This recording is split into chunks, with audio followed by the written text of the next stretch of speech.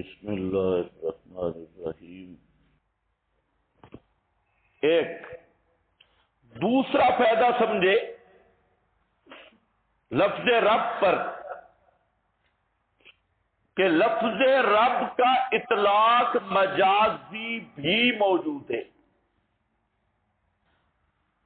جیسے رب الدار، رب الفرس، رب الابل،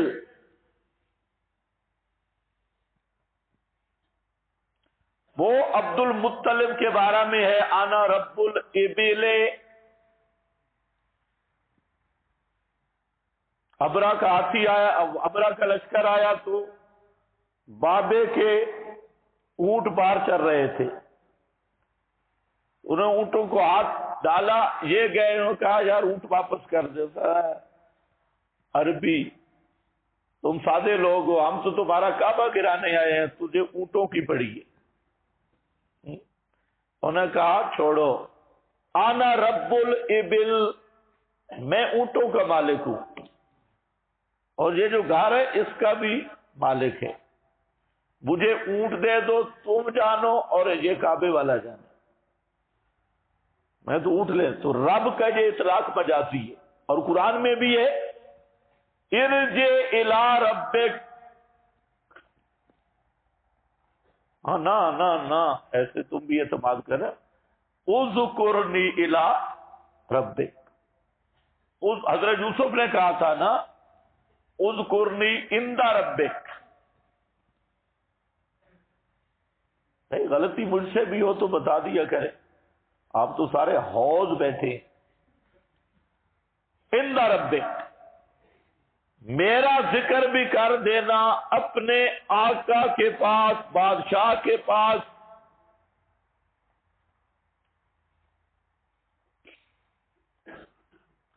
اور وہ حدیث جبریل میں ہے ان تلد الامۃ ربتہا، ربتہا، یہ سب کیا اطلاق مجازی۔ یہ ایک مستقل بات آئے گی کہ بعض کلمات وہ ہیں کہ ان کا اطلاق اللہ پہ بھی ہے، بعض وہ ہیں، بعض تو وہ کلمات اور صفات ہیں جن کا اطلاق صرف اللہ پہ ہے، غیر اللہ پہ، جیسے عالم الغیب،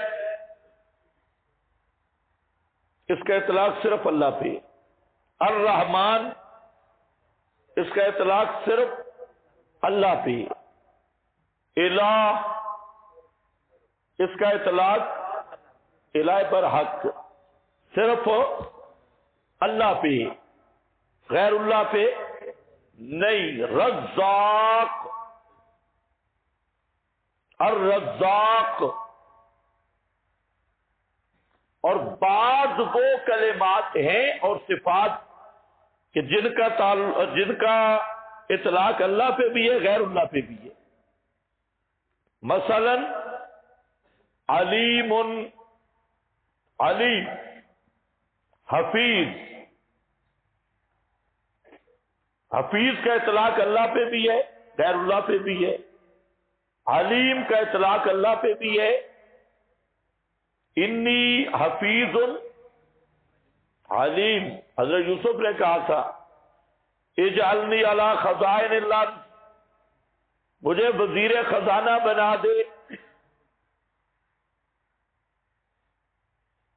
کیونکہ میں حفیظ بھی ہوں، علیم بھی ہوں۔ اسی طرح لفظ رحیم ہے، رؤوف ہے، اللہ تعالی کی صفات کے لیے بھی یہ لفظ آیا، اور بالمؤمنین رؤوف الرحیم، نبی پاک علیہ السلام کے لیے بھی آیا۔ تو مختصر بات یہ سمجھے کہ جن کلمات جو اللہ کے لیے بھی آئے، مخلوق کے لیے بھی آئے۔ اب مشرک کیا کرتے ہیں؟ وہ کرتے ہیں قیاس، دیکھو اللہ رحیم، نبی رحیم، اللہ کریم، نبی کریم، اللہ حفیظ، نبی حفیظ، اللہ علیم، نبی علیم، یہ شرک نہیں بنا تو اللہ عالم الغیب، نبی عالم الغیب، اللہ حاجت روا، نبی حاجت روا، یہاں شرک کیسے بن گیا؟ وہاں پر تم بھی ایک دفعہ ڈر جاتے۔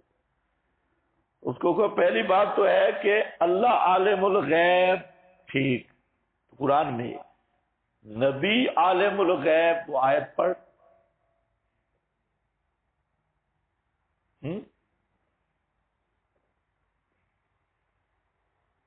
ایسی آیت پڑھنا، ذاتیت آئی کے چکر بعد میں چلے گا۔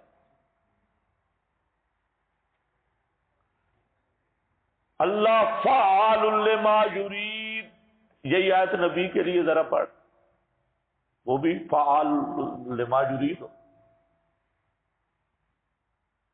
سمجھ رہے ہو میری بات؟ کیونکہ وہاں چونکہ ہے تو یہاں چنانچہ ہے، چونکہ چنانچہ نہیں۔ پہلا وہ یہ دھوکہ دیتے ہیں کہ وہ قیاس کرتے ہیں کہ حفیظ علیم کا اطلاق اللہ پہ ہے، مخلوق پہ بھی ہے، تو عالم الغیب فلاں فلاں نبی بھی ہے اور اللہ بھی، اللہ ذاتی نبی عطا ہے، کیوں کہتے ہیں؟ تو یہ ذاتی عطا کی تو بات آئے گی، اس سے تو شرک سے جان چھوٹ جاتی تو حاجی ابو جہل کبھی جہنم نہ جاتا، وہ بھی عطا ہی مانتا تھا۔ اب مسئلہ یہ ہے کہ جہاں یہ اطلاقات موجود ہیں تو وہاں یاد رکھو وہ تشارک لفظی ہے، موافقت فی اللفظ ہے، نہ موافقت فی المعنی۔ جس معنی میں اللہ رحیم ہے اس معنی میں نبی کو رحیم ماننے والا مشرک ہے۔ اور اس اگلا جو اہم نقطہ ہے وہ بھی سمجھو، اس اطلاق کے لیے کسی مقرب کا ہونا بھی ضروری نہیں ہے۔ جیسے ان تالا دل عامر، تو ربتہا میں نے کہا کہ لونڈی کس کو جنے گی؟ ربتہا۔ اب یہ ذی شرف ہے، یا اذکرنی عند ربک، وہ جو بادشاہ تھا کوئی ولی اللہ تھا، اللہ اپنے پیاروں کو صفت عطا کرتے ہیں، یہ اطلاق ہے بابا۔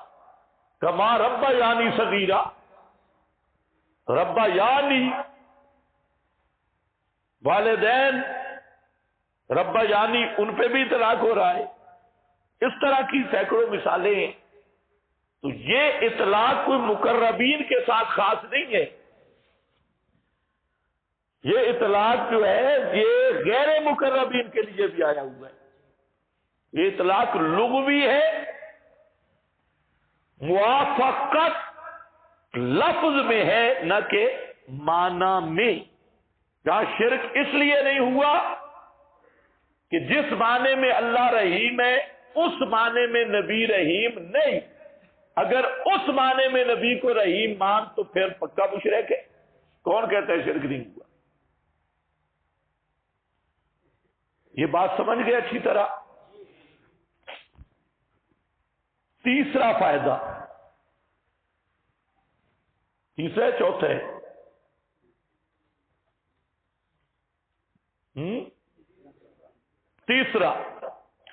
تیسرا فائدہ یہ ہے کہ رب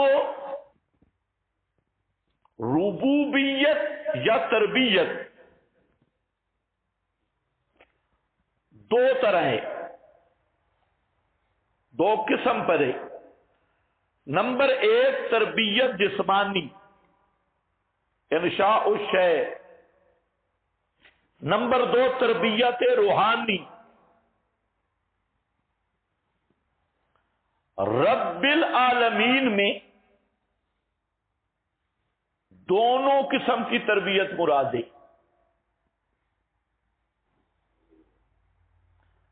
جو تربیت جسمانی ہے اس کا نام ہے تصرف فی الامور التکوینیہ۔ تھوڑا سا مشکل ہے، اب آسان ہونے والے، والناس پہ پہنچ گئی۔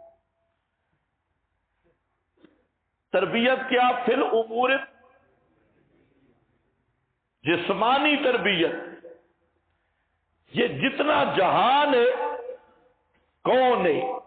پورا جہان، کائنات، کائنات، کون کائنات، یہ تکوین ہے،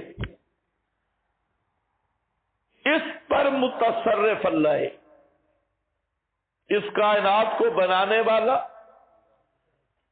اس کو چلانے والا،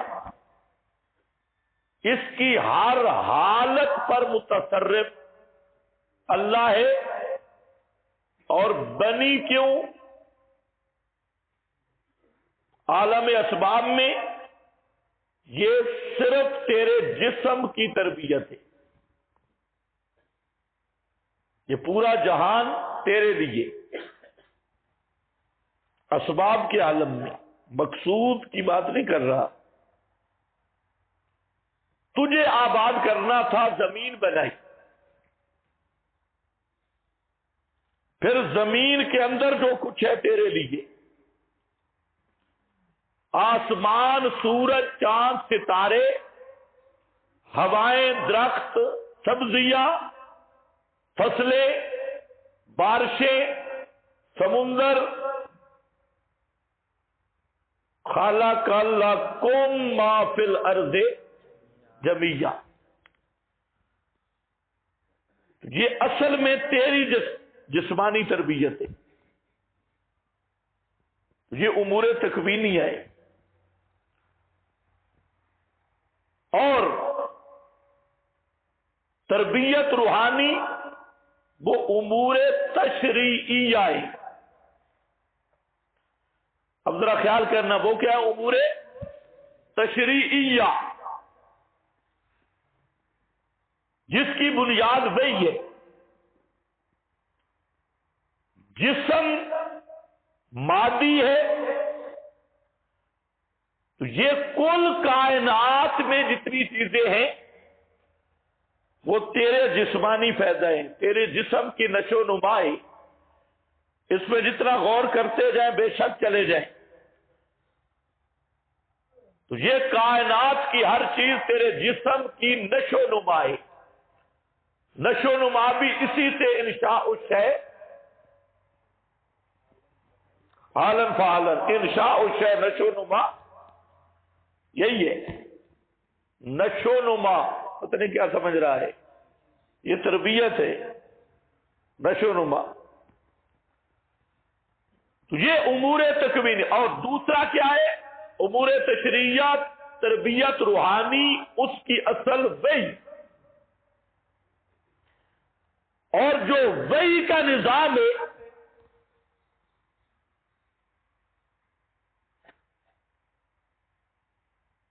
اس میں حلال، حرام، احکام، عقائد، زندگی کی گزران یعنی سیاست، یہ سب کیا بتاتی ہے بھائی؟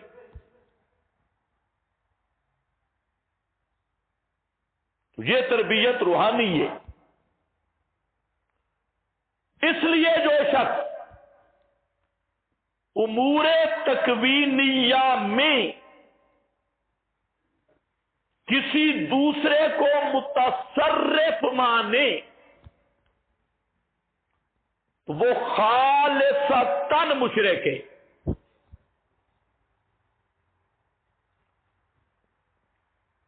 توجہ ہے نا؟ اور بالکل اسی طرح امور تشریعیہ میں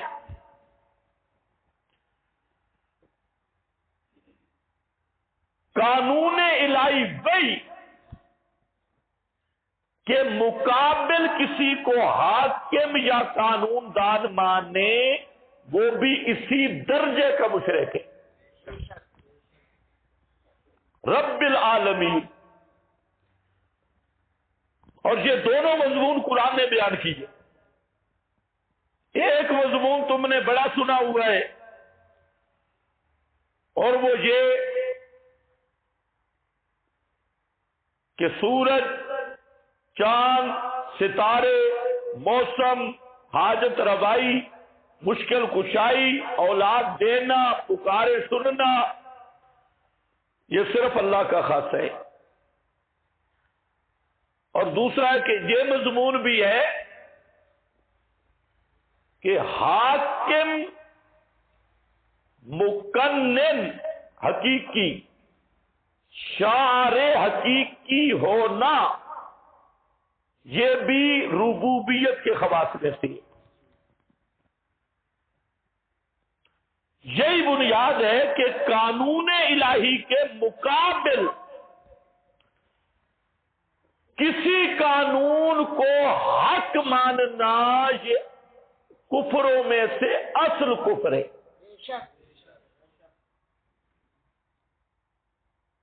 اور یہی ہے توحید حاکمیت. مولوی کہتے ہیں نہیں آ گئی،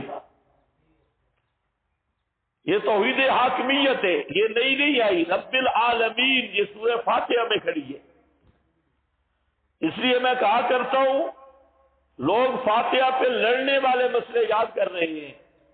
کوئی فاتحہ خلف الامام پہ لڑ رہا ہے، کوئی فاتحہ علی الطعام پہ لڑ رہا ہے، لیکن فاتحہ سمجھتا کوئی نہیں. فاتحہ میں ہے کیا؟ اب ذرا دیکھو، رب العالمین، یہ میں نہیں کہہ رہا، یہ قرآن کہہ رہا ہے، اور میں دکھاؤں گا. پورے قرآن میں غیر اللہ کی ربوبیت کی نفی کی گئی، دونوں عنوانوں پہ نفی ہے. سورہ توبہ نکالے، آیت نمبر 31. اتخذوا احبارهم ورهبانهم اربابا من دون اللہ.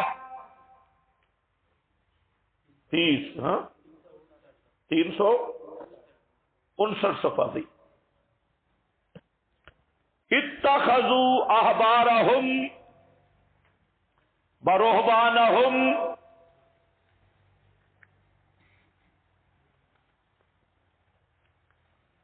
اربابا من دون اللہ. کیا ہے لفظ؟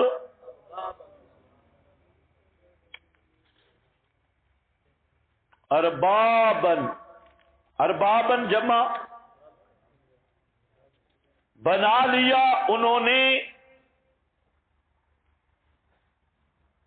ضمیر کا مرجع سمجھے ہو. اتخذوا احبارهم ورهبانهم اربابا من دون اللہ، بنایا انہوں نے. اتخذوا کنہوں نے؟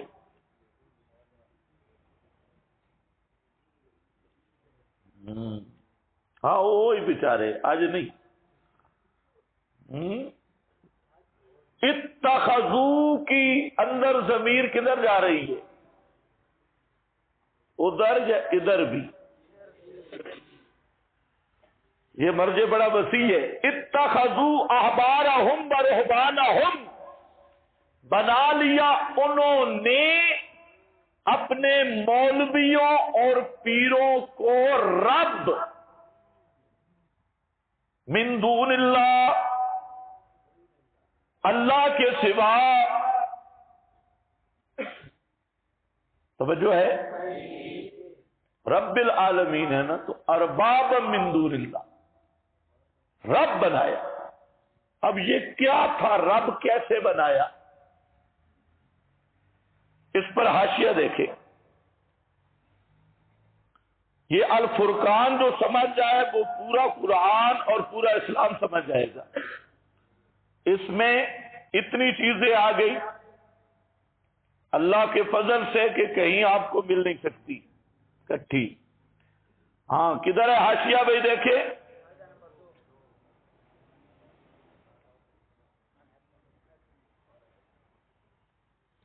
عدی بن حاتم کہتے ہیں میں آیا نبی پاک صلی اللہ علیہ وسلم کے پاس،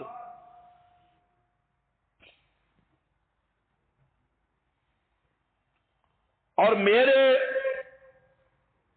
گلے میں ٹائی تھی، فی عنق کی سلیب، من ذہب، سونے کی. جو پینٹ پتلون والی مخلوق ایک نشانی پہنتی ہے جہاں، یہ اس کی دو، ایک تو وہ سلیب کی نشانی ہے، اور دوسرا یہ ہے کہ یہ علامت ہوتی ہے کہ ہم انگریزوں کے کتے ہیں، اور یہ وہی رسی ہے انگریزوں والا، وہ پٹا ہمارے گلے میں ہے. ٹائی جو لگاتے ہیں، ٹائی بڑی ضروری ہے، یہاں لٹکاتی ہے، اتنی سی لٹکا دیتی ہے. جس طرح کتا آدمی چھوڑتا ہے نا پالتو، تو اس کے گلے میں اتنی رسی چھوڑ دیتے ہیں، کیونکہ کتے میں یہ مسئلہ ہوتا ہے کہ گلے میں زنجیر نہیں ڈالنے دیتا مالک کو بھی، وہ کاٹتا ہے تو رسی اس کے گلے میں چھوڑ دی جاتی ہے، میں پکڑ کے پھر بند نہ ہوا. تو یہ جتنے حضرات ہیں ٹائی والے، یہ بتاتے خبردار ہمارے قریب نہیں آنا، ہم اوباما کے کتے، جو بائیڈن کے انگریزوں کے کتے. اور جب بھی دیکھو تو سمجھ جاؤ. سلیب تھی من ذہب، سونے کی. فقال یا عدی اطرح عنک ھذا الوثن، اس بت کو پھینک دے. وسن، یہ خیال کرنا یہاں اس حدیث کے ٹکڑے کو وسن، یہ تو سلیب سونے کی تھی، فوٹو چھوٹو تو نہیں تھے.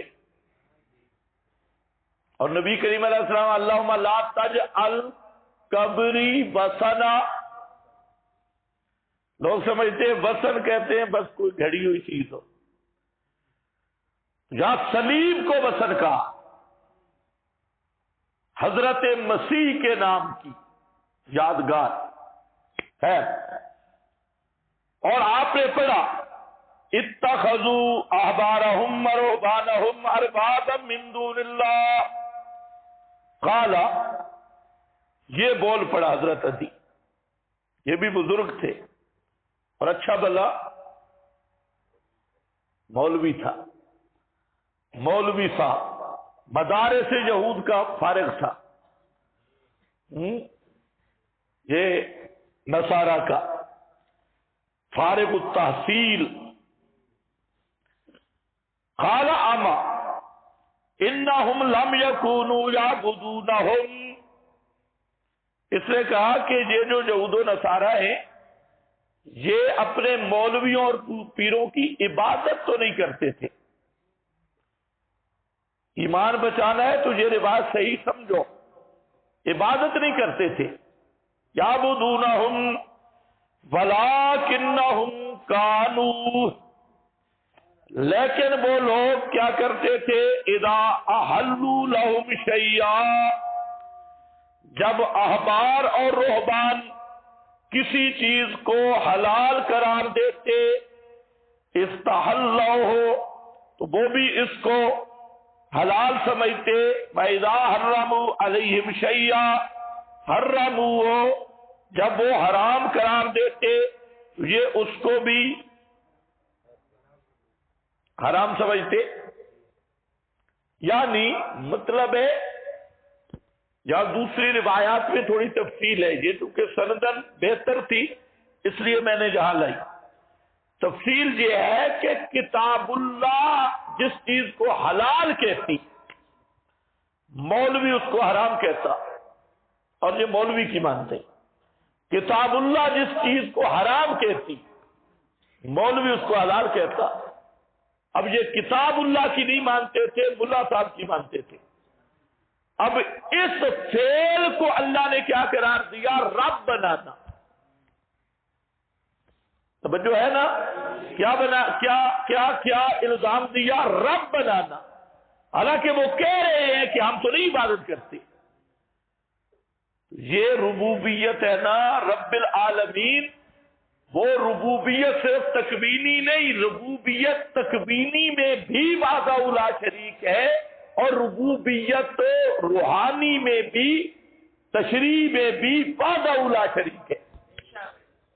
اب آدھی توحید ماننا اور آدھی نہ ماننا. سارے تقریر ربوبیت تکوینی پہ کرنا، حاجت روا کوئی نہیں، مشکل کشا کوئی نہیں، بالکل حق ہے، اس میں کوئی شک نہیں. بعض لوگوں نے غلو کیا اور انہوں نے ان مسائل کو اہمیت ہی نہیں دی. یہ بھی بنیاد ہے، توحید ہے.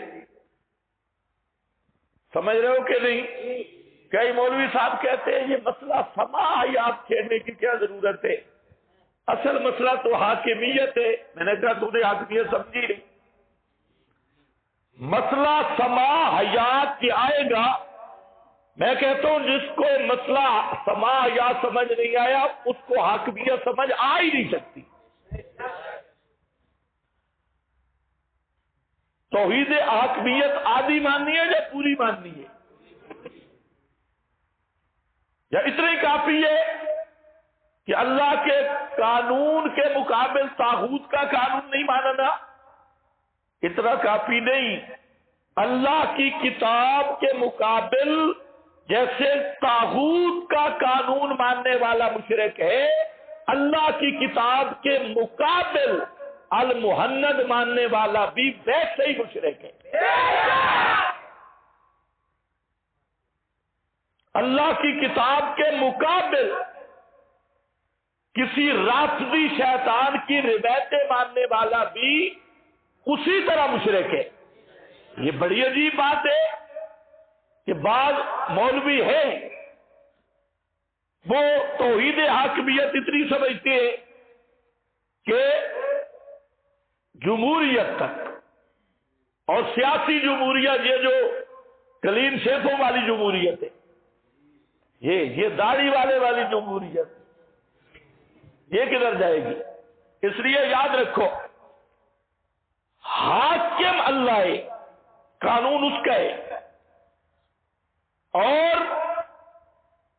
اس حاکم کا نصاب قرآن ہے.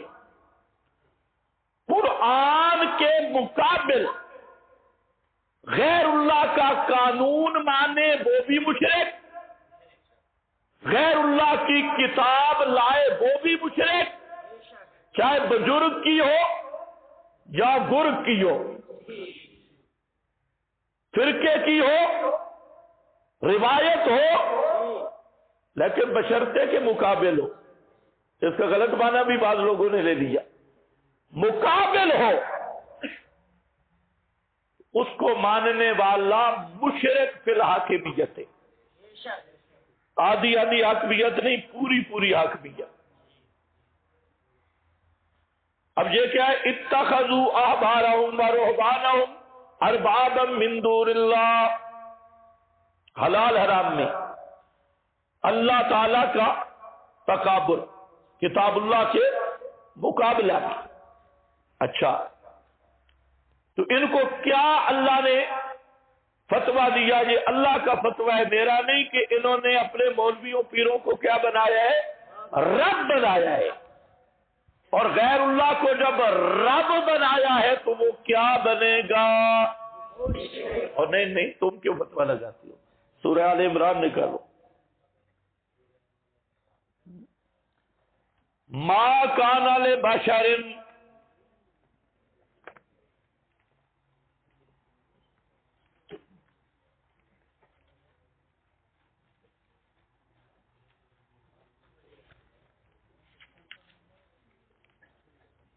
صفحہ بولیں بھائی.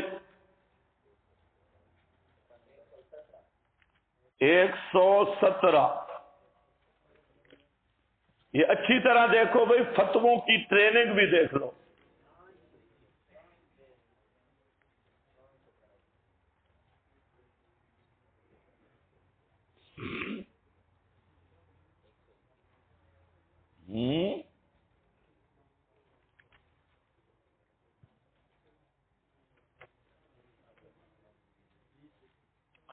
یہ صفحہ نمبر 121 ہے، اور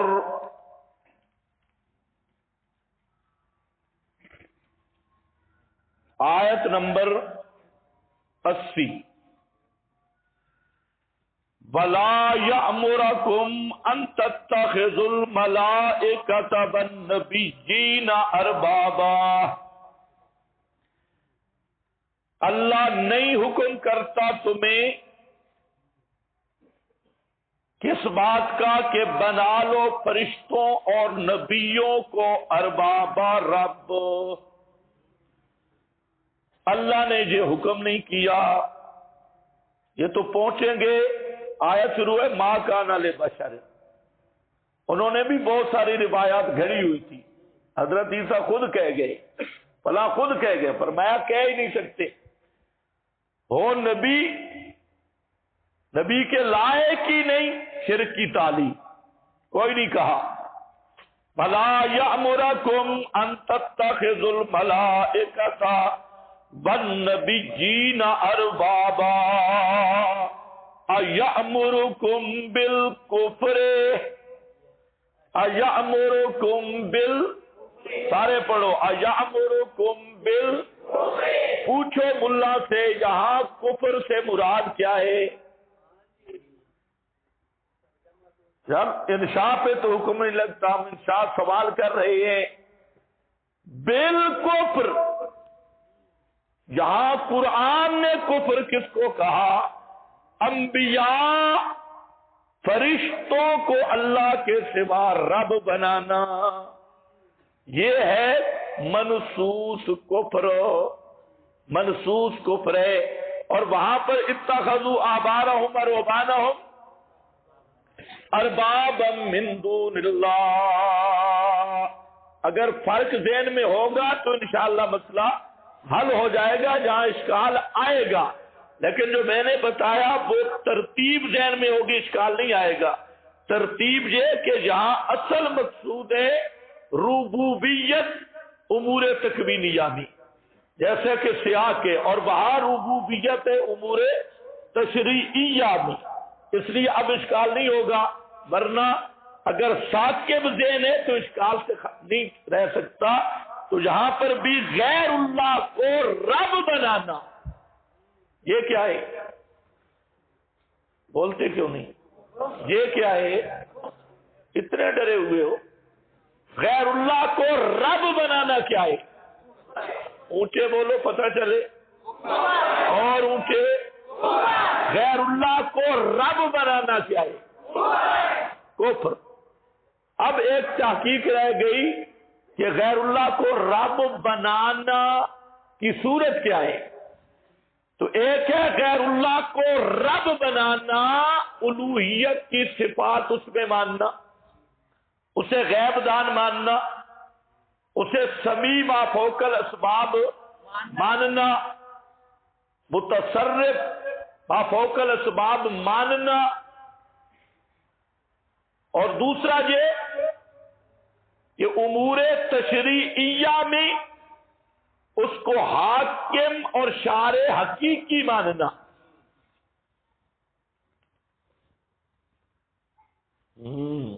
یہ بھی کیا ہوگا؟ یہ بھی شرک ہے، کفر ہے۔ اس لیے حضرت شاہ ولی اللہ رحمہ اللہ نے بہت اچھی عبارت لکھی، فرمایا لا تشریع ولا تحلیل ولا تحریم الا للہ، الا للہ، لا تشریع ولا تحلیل ولا تحریم الا للہ۔ تشریع شریعت سازی، تحلیل تحریم یہ کسی کے لیے بھی اس کا حق نہیں، الا للہ۔ یہ حق کس کا ہے؟ صرف اللہ کا، للہ، کسی اور کا نہیں۔ ہاں بھئی کوئی نیا مسئلہ آیا ہے کہ نہیں آیا؟ مسئلہ پرانا ہے، اور یہ مسئلہ 5 وقت ملا نماز میں پڑھتا ہے الحمدللہ رب العالمین، لیکن سمجھتا نہیں. اتخذوا احبارهم ورهبانهم اربابا من دون اللہ. ہاں چلو اس پہ کچھ حصہ باس کا ہے وہ آگے آئے گا. دیکھو رب العالمین تربیت دونوں طرح ہے. ایک منٹ رک جاؤ، یہ جو حاشیہ پر ہے اتخذوا احبارهم کا،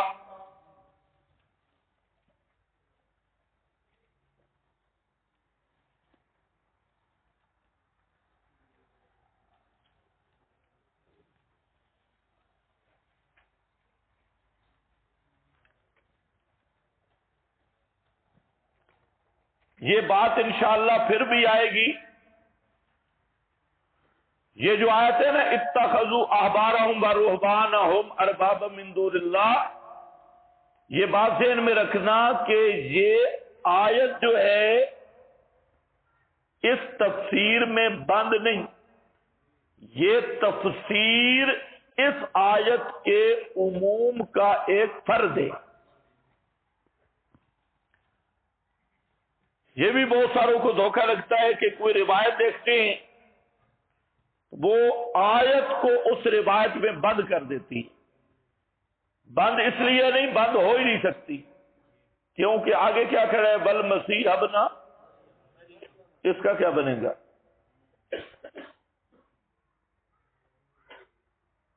تمہیں سمجھ پھر بھی الحمدللہ نہیں ہے. بھائی مولوی تو کرتے تھے تحلیل و تحریم کتاب اللہ کے مقابل تھے، بل مسیح ابن مریم کیا کرتے تھے؟ اس لیے حدیث سے عدی کو سمجھو، آیت اس روایت میں بند نہیں، یہ روایت اس آیت کے عموم کا ایک فرض ہے.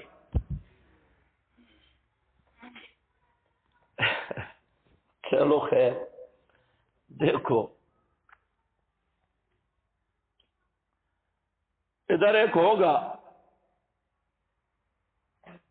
عدی بن حاتم قال یا رسول اللہ ما عبدوہم قال بلا انہم احلوا لهم الحرام وحرموا علیہم الحلال. میں نے کہا نا اصل یہ ہے فاتبعوہم فذالک عبادتہم، فذالک عبادتہم، انہوں نے حرام کو حلال کہا، حلال کو حرام کہا، اور انہوں نے ان کی تابعداری کی، پس یہی ہے ان کی عبادت. فالجہلۃ من الاحبار والرہبان ومشائخ.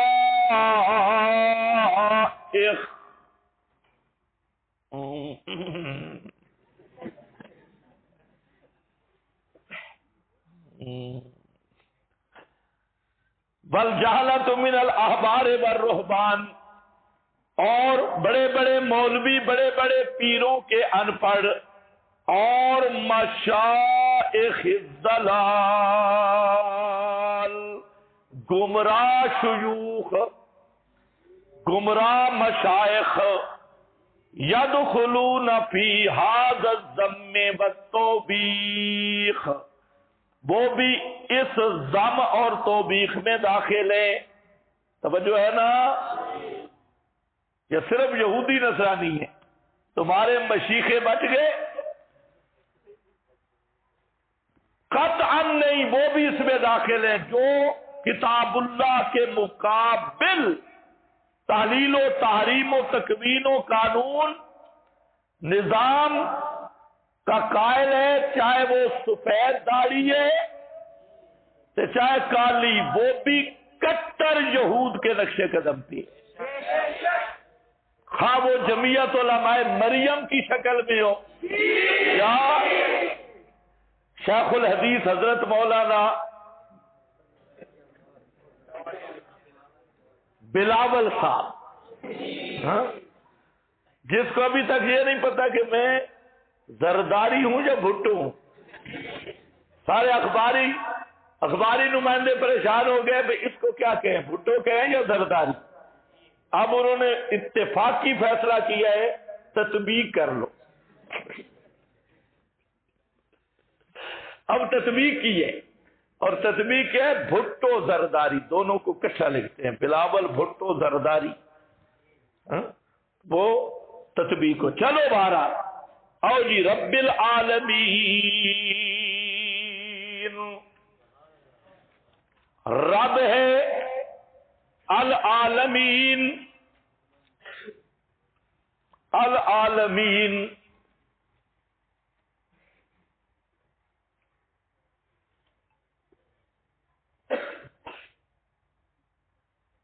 وقفہ کی میرا خیال ہے ضرورت نہیں، بس چھٹی کرتے ہیں تھوڑی دیر. ہاں بھائی، رب العالمین. العالمین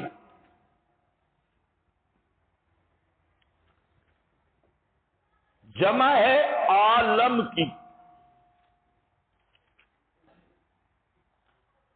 عالم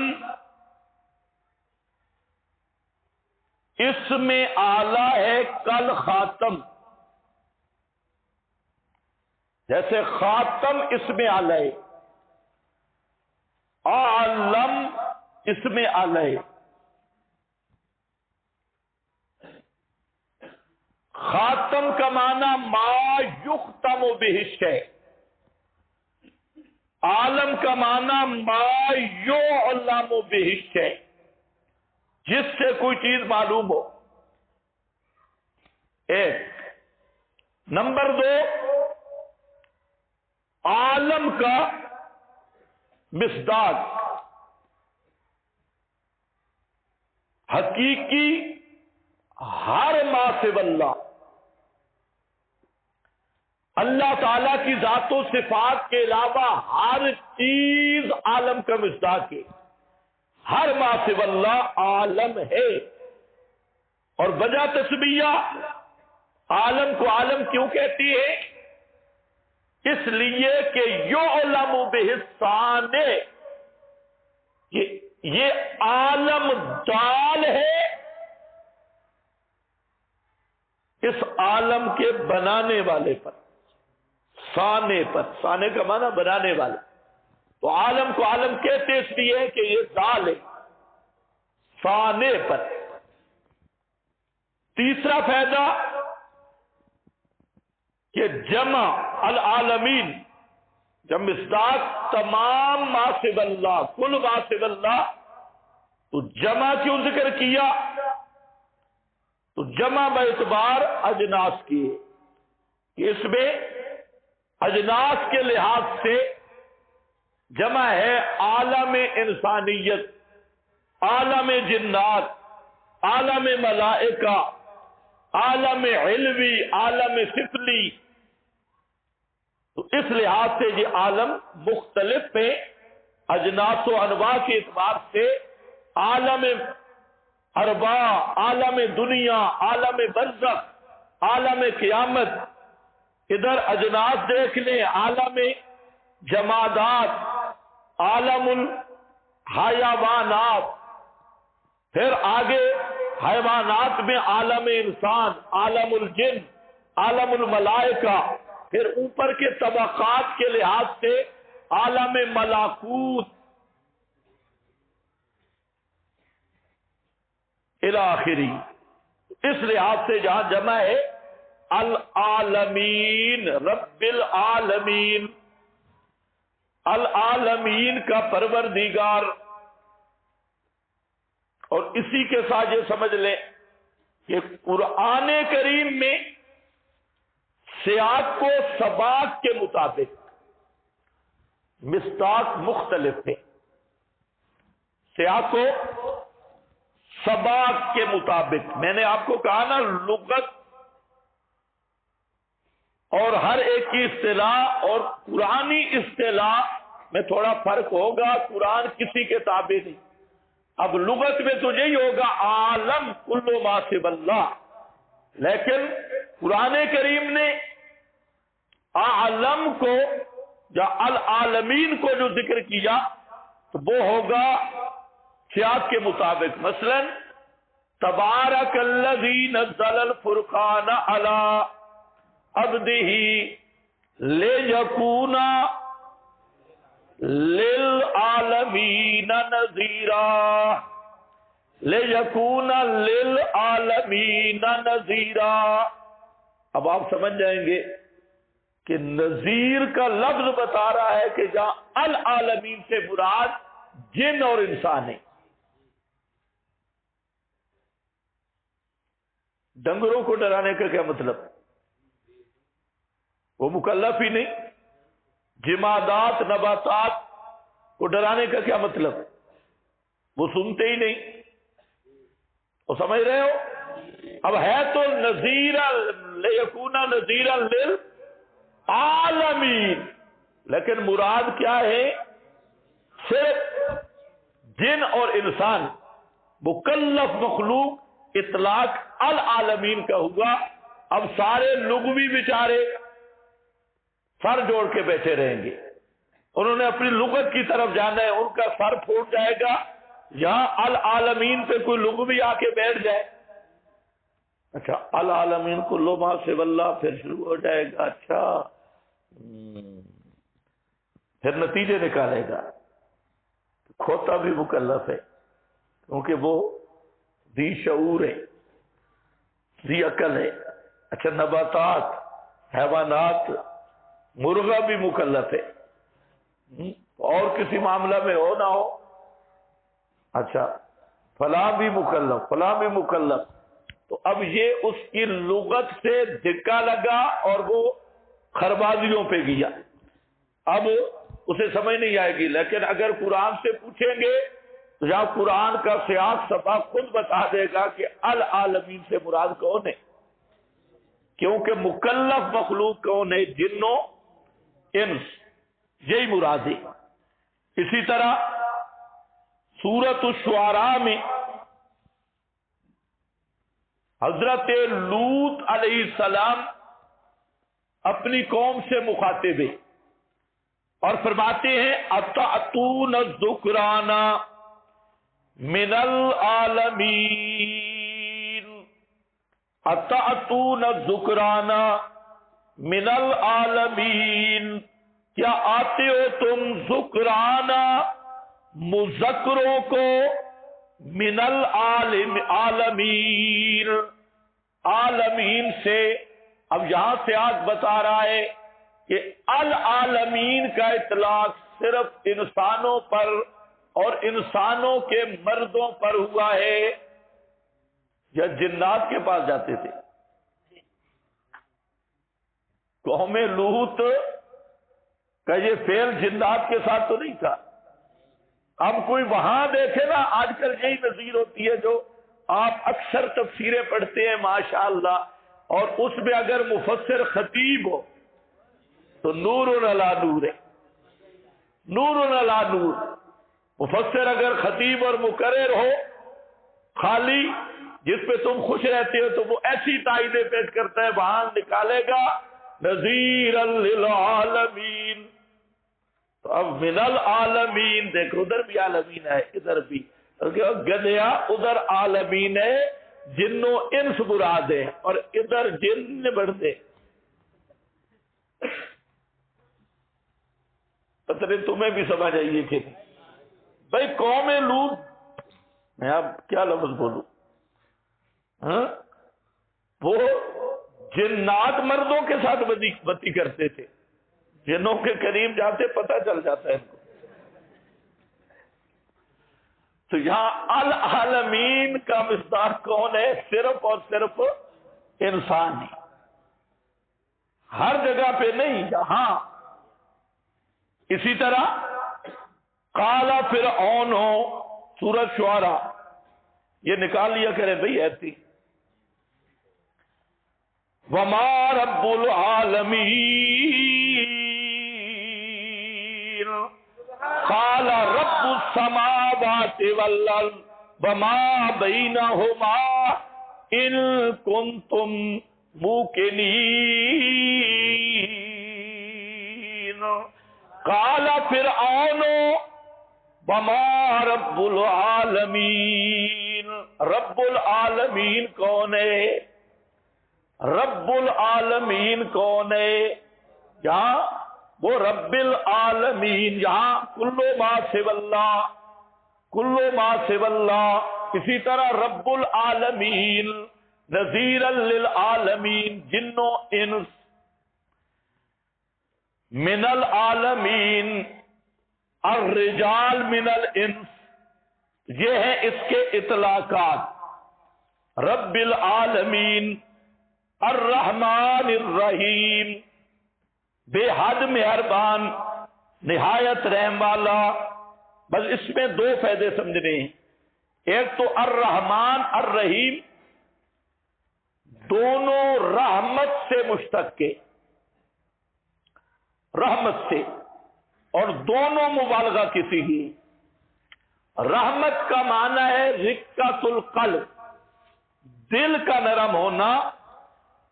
اس پر اشکال ہے کہ اللہ تعالی جسم اور جسمانیات سے پاک ہے، تو رحمان یا رحیم جب رحمت سے مشتق ہے، اور رحمت کا معنی ہوتا ہے دل کی نرمی، رقۃ القلب، تو اللہ دل سے ہی پاک ہے، تو پھر رحمت کا اطلاق اللہ تعالیٰ پر کیسے ہوگا؟ یا ایک قانون سمجھ لیں، تمام وہ کلمات جو شان باری کے مناسب نہیں اور ان کا اطلاق ہوا، تو ان کلمات کی دو حیثیتیں، ایک ہے یا دو معنی ہیں، ایک ہے باعتبار مبدا، مبدا کیا ہے؟ لغت، حقیقی معنی لغوی مبدا کے، اور ایک ہے معال، نتیجہ یا اثر یا غایت کہہ لو۔ مبدا اور غایت، مبدا مراد نہیں ہوگا، غائی معنی مراد ہوگا۔ مثلا رقۃ القلب کا نتیجہ اور غایت اعطاء اور احسان ہے۔ آپ کسی کو دیکھتے ہیں، آپ کا دل نرم ہوتا ہے، تو دل نرم ہونے کا نتیجہ کیا نکلتا ہے کہ آپ اس کو کوئی چیز دیتے ہیں۔ اعطاء دینا، احسان، احسان کرنا، تو یہ اس کا نتیجہ ہے۔ تو اللہ تعالی مبدا رقۃ القلب ہے، اور اس کی رقت کا غایت نتیجہ اعطاء اور احسان ہے، دینا ہے۔ تو یہاں جہاں پر بھی ایسے کلمات آئے تو وہاں مبدا مراد نہیں ہوگا، غائی معنی مراد ہوگا، نتیجہ مراد ہوگا۔ ایک دوسرا، یہ دونوں مبالغہ کی صیغے، الرحمن بھی الرحیم بھی، رحمت سے۔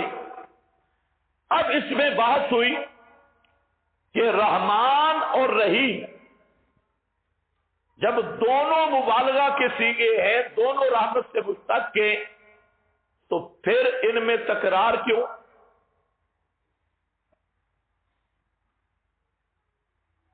تکرار سمجھتے ہو؟ تو رحمان کا بھی وہی معنی، رحیم کا بھی وہی معنی، تو پھر دو لفظ کیوں ذکر کیے جب معنی ایک ہے؟ حالانکہ کتاب اللہ تو فصاحت بلاغت کہ اس مقام پہ ہے جہاں پر تکرار کا احتمال ہی نہیں۔ اس کے دو جواب ہیں۔ ایک جواب یہ ہے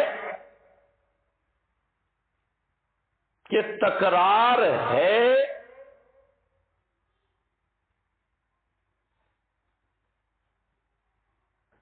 للمبالغہ فی المبالغہ،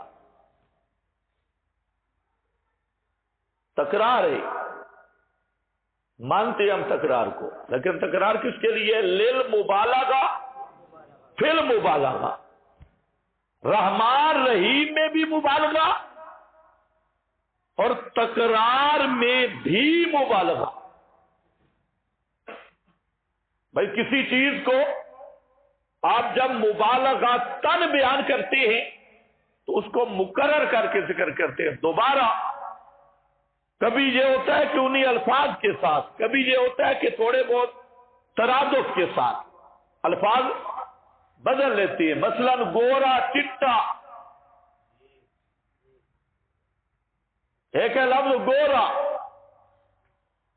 گورے کا معنی بھی سفید اور چٹے کا معنی. جی آپ کیوں دل ذرا مطمئن آپ کا نہیں ہوتا؟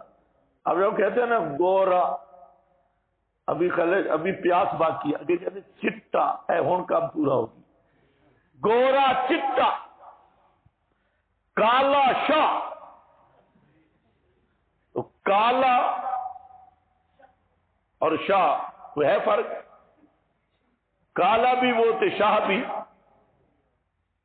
پتہ نہیں تم نے کون سا شاہ سمجھ لیے. کالا بھی اسود، شاہ بھی اسود. شاہ کا معنی کیا ہوتا ہے؟ اور بولو بزرگوں، سیاہ اسود رنگ، اس کو کیا بولتے ہیں؟ شاہ. اور کالا بھی پشتوں میں کالے. ہاں طور. وہ ہم ادھر گئے پشاور میں، پہلی دفعہ میں نے دیکھا جنتی کالے. میں حیران ہو گیا. میں نے کہا ادھر پٹھانوں نے نیا رنگ لگائے. قیامت کے دن جو جنتی ہوں گے کالے ہوں گے. قرآن تو کہتا ہے یوم تبیض وجوہ، اور یہ کہتے ہیں جنتی سب کالے ہوں گے. تو یہ مبالغہ بھی ہوتا ہے ترادف کا. کالا شاہ، کالا سیاہ. کبھی لہجے میں بھی مبالغہ ہوتا ہے. کالا سیاہ، کالا شاہ، چٹا گورا. یہ مبالغہ. تو میں نے کہا کہ الرحمن میں بھی مبالغہ، الرحیم میں بھی.